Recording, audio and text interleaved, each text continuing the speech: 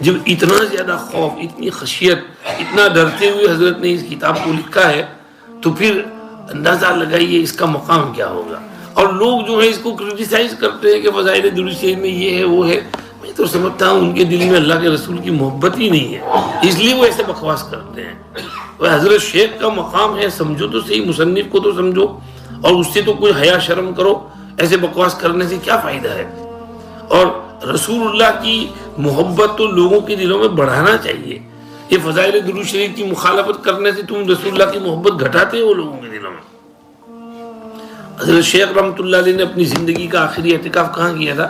اسٹینگر، South Africa. وہاں سے return ہو رہے تھے تو جوہانسبرگ ایئرپورٹ پہ بیٹھے ہوئے تھے، مال سامان چیک ان ہو گیا، سب رخصت کرنے کے لیے پورا لاؤنج اور ہال بھرا ہوا ہے چکار آدمیوں سے۔ تو مولانا یوسف تتلا صاحب رحمۃ اللہ علیہ نے اس وقت حضرت سے کہا، حضرت آپ اب تشریف لے جا رہے ہیں، پتہ نہیں کب ملاقات ہوگی، اب تو کچھ نصیحت فرما دیں، ہم اس کا ترجمہ کر کے سب کو پہنچا دیں گے۔ تو حضرت نے تھوڑی دیر سر جھکایا، اس کے بعد فرمایا 2 باتوں کا اہتمام کرو، نمبر 1 موت کو کثرت سے یاد رکھو، اور نمبر 2 درود شریف کثرت سے پڑھو۔ کیا بات ہے! یہ میں تو کہا کرتا ہوں کہ یہ ہمارے مشائخ ہیں نا، یہ امت کے لیے کیا ہے؟ جیسے حکیم صاحب یوں کر کے آپ کی نبض چیک کریں گے، پلس آپ کی بیماری پرکھ لیں گے کہ آپ کو یہ بیماری ہے، یہ بیماری ہے، یہ بیماری ہے۔ تو یہ مشائخ جو ہیں امت کی بیماری کی نبض پکڑتے ہیں اور پھر اس کا علاج بتاتے ہیں۔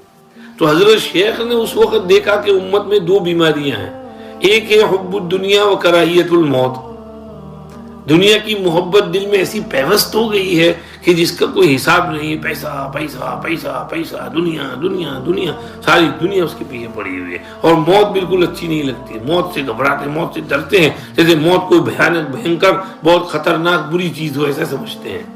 فرمایا موت سے محبت کرو بھائی، الموت جسر یوصل الحبیب الی الحبیب، موت تو ایک پل ہے جو ایک حبیب کو اس کے حبیب تک پہنچا دیتا ہے، اور موت تو مومن کا تحفہ ہے، اور موت کے بعد تو مومن کے لیے مزے ہی مزے ہیں۔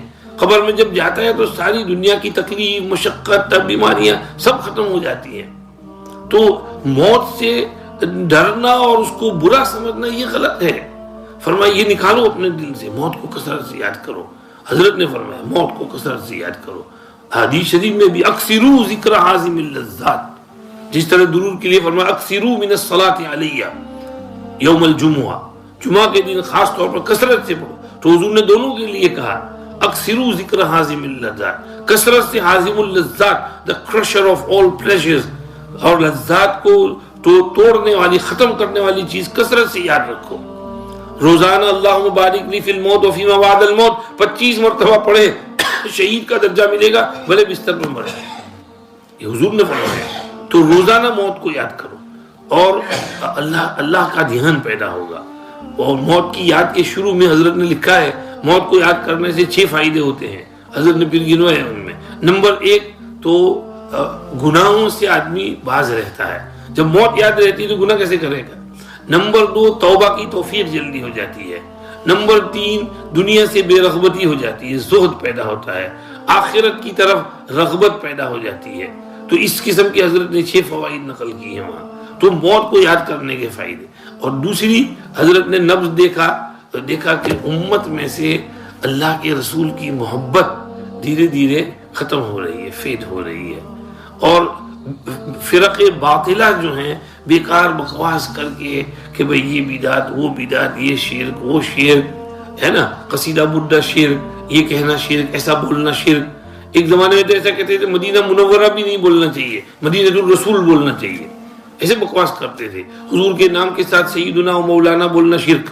اس طرح کے بکواس کر کے امت کو رسول اللہ سے کاٹ دیا، ختم کر دیا۔ حالانکہ پچھلے زمانے میں امت رسول اللہ سے اٹیچ تھی، کنیکٹڈ تھی، جہاں کوئی پریشانی آئی فوراً مدینہ دوڑتے تھے، رسول اللہ کے روضے کے پاس جاتے تھے، دعائیں مانگتے تھے، اللہ پاک تسلی دیتے تھے، سکون ہو جاتا تھا۔ جہاں کوئی پریشانی بخاری شریف کا ختم کرتے تھے، بخاری شریف کا ختم کیا فوراً وہ پریشانی دور۔ لیکن اب تو تصور میں بھی نہیں آتا کہ کوئی بخاری شریف پوری بیٹھ کے پڑھے۔ کبھی پڑھی بخاری شریف؟ ایک دفعہ ہم نے کووڈ میں پڑھی تھی، علماء کو جمع کیا تھا، لیکن یہ عشق رسول والی جو بات تھی وہ ختم ہو رہی ہے۔ فیڈ کر دی. دشمنوں نے بڑی چالاکی سے لوگوں کے دلوں سے رسول اللہ کی محبت نکال دی.